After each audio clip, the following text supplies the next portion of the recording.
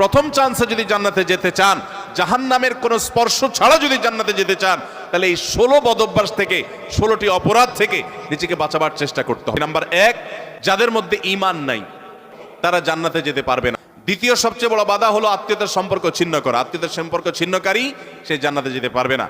তৃতীয় বড় বাধা হলো যারা চগলখড়ি বদঅভ্যাস আছে, এই রোগটা। চতুর্থ, প্রতিবেশীকে কষ্ট দেওয়ার রোগ যাদের আছে।